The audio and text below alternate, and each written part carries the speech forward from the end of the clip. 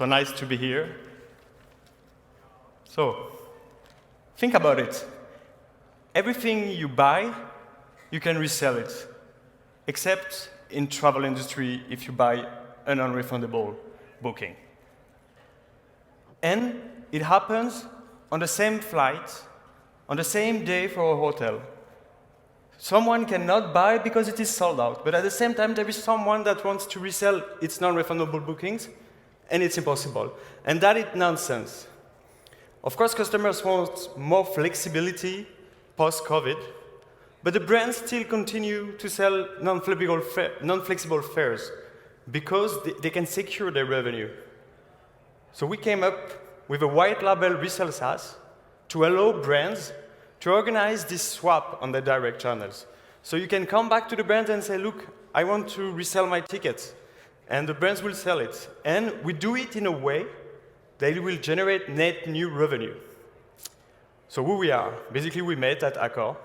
Gilles was the CIO. Michael was the deputy CTO, and I was just the director for IT. What we provide to brand is a silver bullet customer journey. So if you cannot travel and you have a non-flex ticket, you can come back and say, look, I want to resell it, maybe you have some options. And if the flight is full, for instance, you come back and you say, oh, maybe I can buy this second-hand ticket. And we organize the swap on the direct channels on the brand. The way we do it, it's quite easy. We just add 2 buttons. We had one in the customer space that says resell, it's an option, a new option. And on the booking funnel, we had another one which says, look, it's sold out, but someone wants to resell it. So why don't you buy these tickets that someone wants to resell?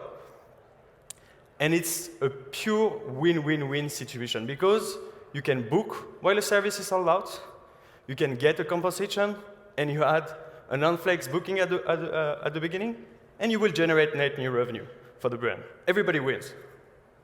And the brands that would do it will not take any risk at all because we're not an overbooking product, and you will not give compensation without a new buyer.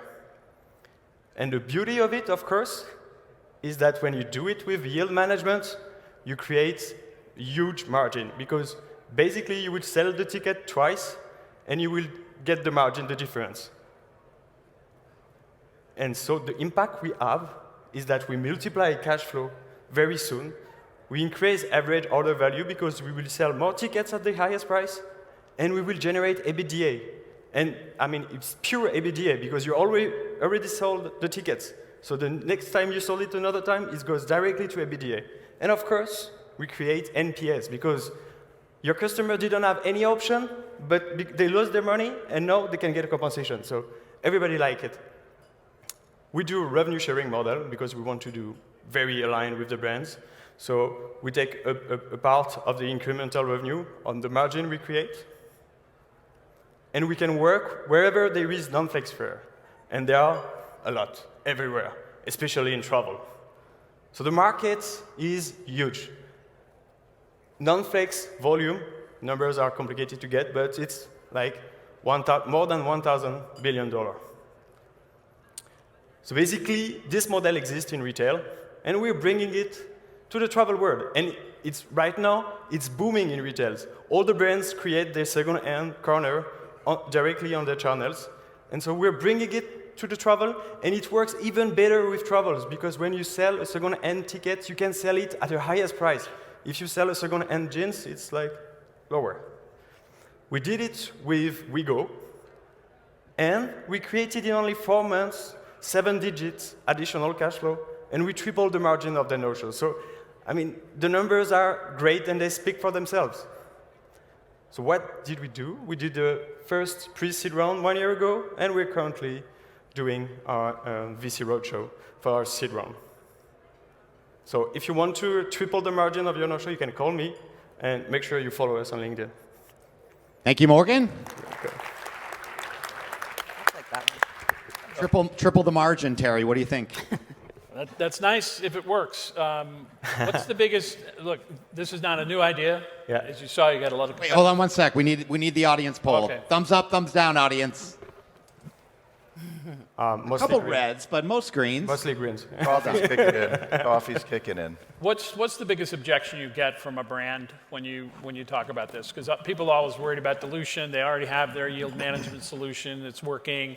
Oh my God, you're going to sell this again. Yeah. I don't want to do it. How do they win here, and what's their objection? They said, we come with the resale options, they say, no, I'm going to cannibalize myself. Exactly. And we said, no, you're going to resell the other tickets only when you're sold out. So you have a new inventory, you have new stock to do. So you're not losing anything. And if, for instance, your flight, your hotel is not sold out, then you will not compensate the non-flex, the no-show that doesn't want to come. So how big of an opportunity is it then if it's only for sold out situations? That's my first question. And secondly, who sets the price for the resold ticket, and what's the revenue kind of split between? Okay. I'm starting with the second question. The price is the last price before it was sold out. It's easy. And it's always the highest price because yield management goes up. Mm-hmm. And the first one was? Well, and then if I am reselling the ticket, do I get the money, the airline, the hotel? And then the first question was, if it's only sold out situations, how big is the opportunity? Yeah, the opportunity is important because it's pure EBITDA. It's not turnover you generated. So solding a ticket twice, it's always good. Plus, many hotels in capital cities in Europe, it's huge, are constrained. All the flights, they're supposed to be full if they don't their yield well. So sold out is quite common in this industry. I think you said something important right there. You said, if they don't yield well. So you look like an aspiring intermediary that wants to take advantage of failed revenue management in travel supply. How is that a sustainable business? It's a tough question. Thank you very much.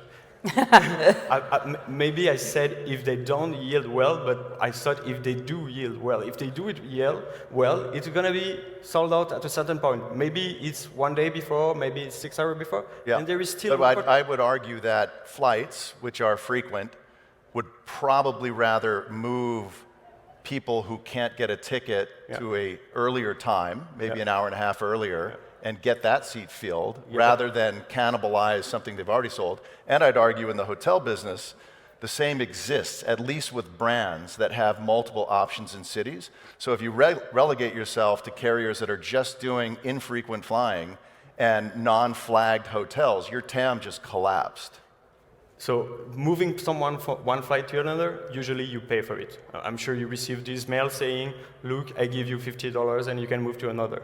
Here it's even better because people will come to you and say, I don't want this flight and I'm non-flex. And you will say, yeah, I have an option for you. It's a 50% compensation and it's free. So you recreate stock, inventory to reselling, and you're not paying for that. People can I jump come. in? Yeah, We've only got a couple seconds left. Early adopters, you've only got a couple. What's your plan moving forward? Quickly. 5 seconds. Everybody has to start at some point, so we are just new. But I can tell you my traction is really high right now, and I have a lot of customers that are calling me. Great. Well done, Morgan. Thank you very much.